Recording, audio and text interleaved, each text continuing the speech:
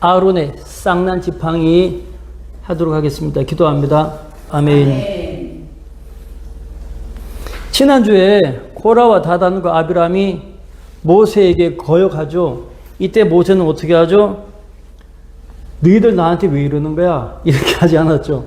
모세는 자신의 영적 지도력에 대한 거역에 대해서 그들과 상대하지 않고 하나님께 엎드려서 기도했습니다.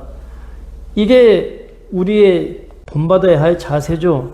삶에 많은 안티가 있고 저항이 있고 풍랑이 있을 때 풍랑과 맞잡아서 드자비하기보다는 하나님 앞에 이 풍랑이 주께서 주신 겁니까? 어떻게 감당하면 됩니까? 모세처럼 이렇게 하나님께 엎드리는 것이 우리의 영적 자세인 것이죠.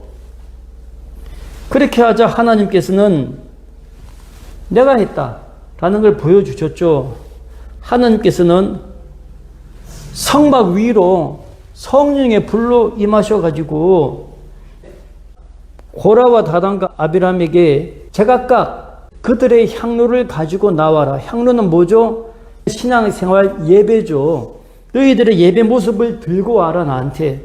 그리고는 하나님께서는 불로 심판하셨어요. 우리가 잘못 드리는 제사가 하나님이 받지 않으시면 징벌이 된다는 것이에요. 그렇게 해서 하나님께서 땅에 입을 벌려서 이들을 징계하셨죠. 이 불의 심판도 하나님이 하는 것이다. 내가 무슨 힘이 있다고 땅에 불을 만들겠냐. 하나님이 하신 것이다 라고 이렇게 분명히 보여줬는데 당하는 입장에서 보면 어때요? 아멘 할 수도 있고 반대할 수도 있는 것 아니에요. 반대했습니다. 그렇게 해서 그 다음날 온 이스라엘의 회중이 모세와 아론을 원망하여서 모세 앞에 심판에 대해서 다시 한번 거역이 일어났습니다. 이때 하나님은 연병으로 다시 한번 심판을 내립니다. 너희는 회중에게서 떠나라. 내가 순식간에 그들을 멸하겠다라고 하여서 연병이 번지는 가운데서 모세와 아론이 엎드리면서 그때 모세는 어떻게 했는가? 아론에게 여호와의 제단에 불러갖고 저희들에게 가서 연병에 대한 회개의 제사를 하나님께 간구하라고 합니다. 이것이 뭡니까? 향단이죠. 향불이죠. 향불은 뭐예요?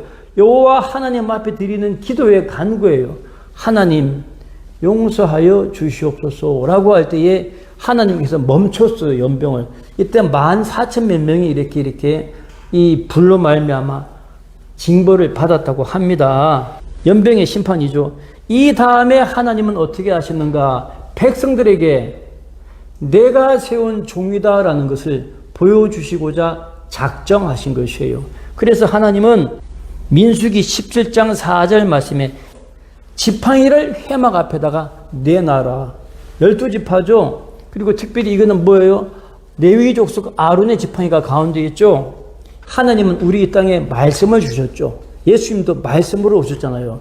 말씀 앞에 그 말씀을 펼치고 행할 영적 지도력을 하나님이 누구에게 주었는가? 모세는 받은 바 지팡이가 있죠. 무슨 지팡이? 뱀이 되기도 하고 나일강이 피로 물들기도 하고 홍해를 가르기도 하는 지팡이가 있는데 레위 지파 아론의 지팡이도 이름을 써서 놓았던 것이에요. 이렇게 해서 증거궤, 이게 증거궤죠. 증거궤 앞에 지팡이들을 다 둔 것이에요. 하나님 말씀을 펼치기 위해서 누구를 택하였는지 보여주겠다라고 했죠. 어떻게 했을까요? 하나님은 아론의 지팡이가 싹이 나게 했습니다. 싹이 나고 um이 돋고 살구 열매까지 열리게 하신 것이에요. 아론의 지팡이를 내가 택했다. 그러면 마른 지팡이 죽은 것이 다시 살아났잖아요. 이게 가능합니까? 상식으로? 가능하지 않죠. 예수 그리스도의 부활이 가능합니까? 상식적으로? 가능하지 않죠. 무엇이에요? 일상에서 이 속에서 하나님의 거룩한 성으로 뛰어넘는 것이에요. 예수님이 성령에 대해서 뭐라 했습니까? 세상은 알지도 못하고 받지도 못하고 성령이 너희들에게 임하면 예수님이 수탁 이야기했던 것들에 대한 지식을 깨달아 알게 해 주겠다라고 말씀하신 것이에요. 사도 바울은 고린도전서에서 어떻게 말씀합니까? 내가 인간의 아름다운 지혜로 너희들에게 이야기하는 것이 아니라 오직 하나님의 능력으로 거룩한 비밀로 내가 너희들에게 말씀을 하겠다라고 했어요. 그 말씀이 뭐예요? 사도 바울이 평생 붙들고 씨름했던 거, 부활이에요. 하나님의 죽은 지팡이를 다시 살리신 것은 무엇입니까? 예수 그리스도 십자가의 부활을 증거하시는 것이에요.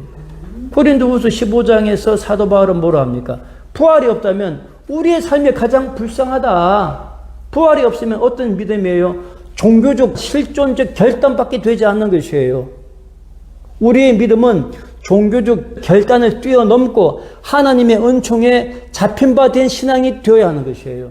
그게 부활인데 우리들에게 성령의 역사가 만지면 만져질 듯한 체험이 되어야 하는 것이에요. 자랑이 있어야 돼요. 나 하나님 만났습니다. 이런 체험적 자랑이 삶에 몇 개씩 있어야 돼요. 그 삶이 우리를 지탱하는 것이에요. 과거에는 아프면 기도했고 어려우면 기도했는데 지금은 살기가 너무 좋아져. 아프면 병원 가.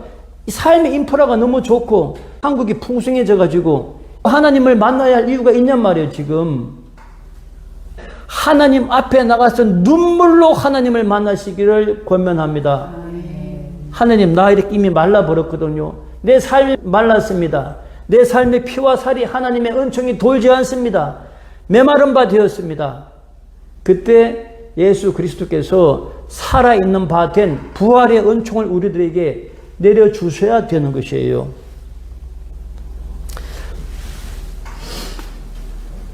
이제는 그리스도께서 죽은 자 가운데서 다시 살아나사 잠자는 자들의 첫 열매가 되셨도다. 하나님은 이미 메말라버린 이미 죽은 바 된 우리들의 삶을 다시 생기가 돋게 하는 마른 지팡이에서 싹이 나는 역사를 우리에게 주시는 것이 그게 하나님이 이 세상에서 우리를 이끌어 가시는 당신의 이끄심의 법칙이라는 것이에요. 내가 이 법칙을 아론에게 주었다라는 것이고 베드로는 뭐라고 합니까? 우리는 모두가 다 예수 그리스도가 당신의 육신으로 성막을 위에서부터 아래로 찢은 그 순간 누구든지 아버지 앞에 나가면 누구든지 다 제사장이 된다는 것이에요. 기도할 때에 찬송할 때에 성경 하루에 한 절씩 두 절씩 쓰고 마음에 품을 때에 우리 삶에 움이 돋고 싹이 피고 살구 열매가 이렇게 맺히는 생활의 열매가 맺히는 역사가 우리 삶에 하나님께서 내게 열매를 주셨다. 이 만져질 만한 체험의 열매들이 여러분들에게 저에게 열리기를 축원합니다. 아멘. 기도합니다. 하나님, 아론의 싹난 지팡이가 내 삶에 싹이 나고 열매가 나도록 우리들의 예배와 찬송과 기도를 기뻐받아 주시옵시고 우리를 당신의 은혜에 부활의 은총에 세워 주시옵소서. 아멘. 예수님 이름으로 기도합니다. 아멘. 아멘. 감사합니다. 사랑합니다.